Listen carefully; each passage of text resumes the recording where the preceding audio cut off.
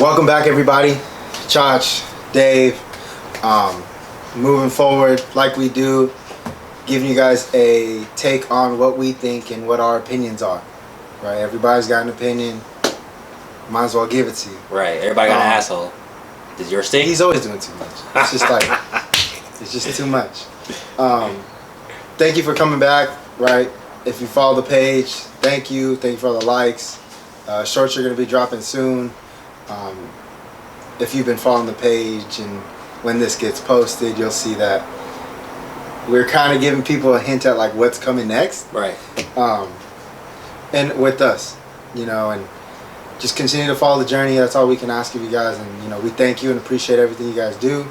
And if you're not following the page, go ahead and follow Choose Wisely ENT on IG. Go ahead and subscribe to the YouTube channel at Choose Wisely Entertainment. Right? Is that the YouTube channel? Like, follow, sub.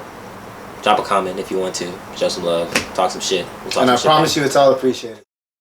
Topic of the day is expectations. I want to ask you, Dave, like, what is your expectations in a relationship with the... that's a good question. For you. What are your expectations for... Alright, so being that I'm not in a relationship right now, I guess looking back on my past relationships, you know, all of them, I guess... You know, the vast majority of them kind of came and went the same way. You know, it is what it is. They came and they went. But an expectation that I see is common within, you know, my past relationships and moving forward with my next ones, whenever those come, is communication. You know, I feel like communication and within any relationship, not just, you know, between, you know, guy and a girl or whatever, you know, between your spouse, between your fiance, you know, through business. Communication is important. I feel like that's like a make or break between some relationships, because sometimes things get misconstrued. You know, somebody doesn't know how to express themselves. You know, someone is afraid to express themselves because of trauma and so on and so forth. But an expectation for me, you know, in a relationship is communication. And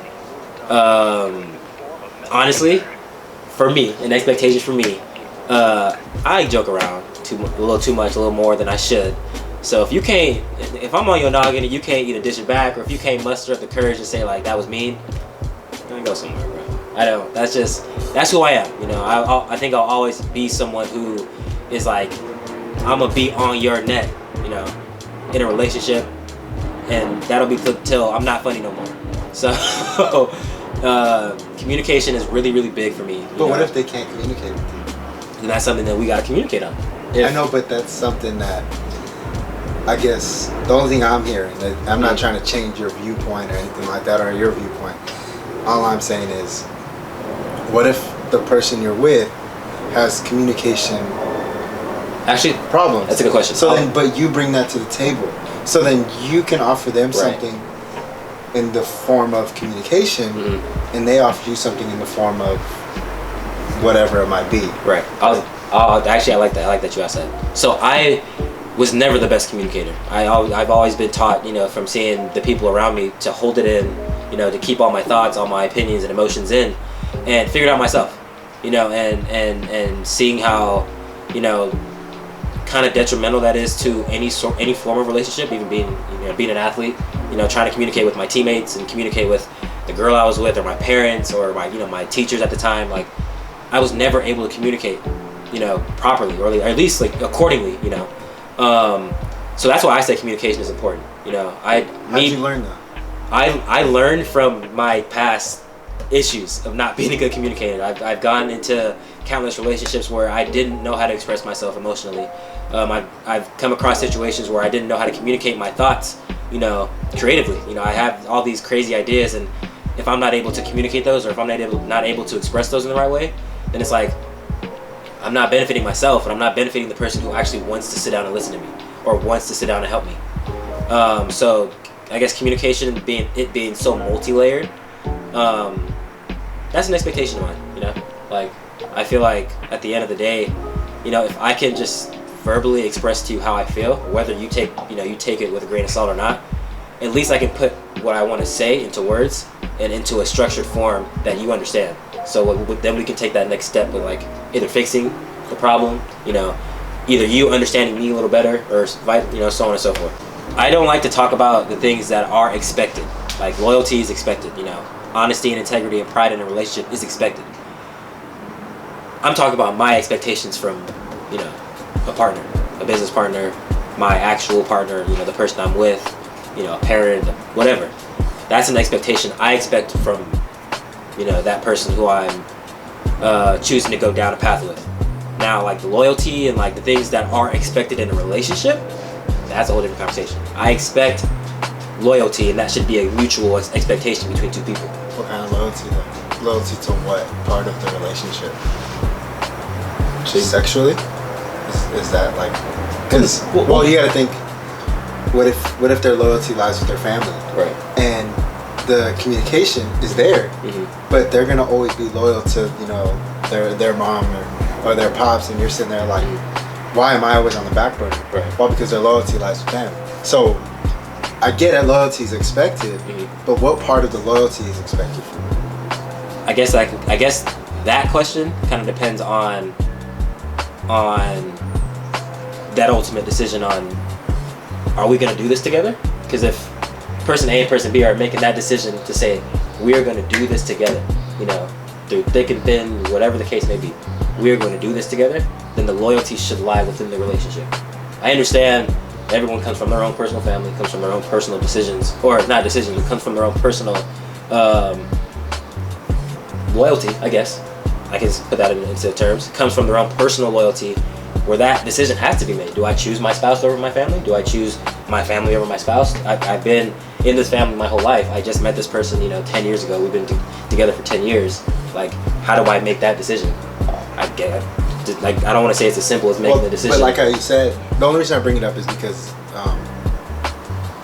certain things, like how you said, I expect these things. It's like, well, yeah, but that comes with like that part of the communication where it's like, I expect to be held to a higher standard than like your cousin, right? But what if that's not the case?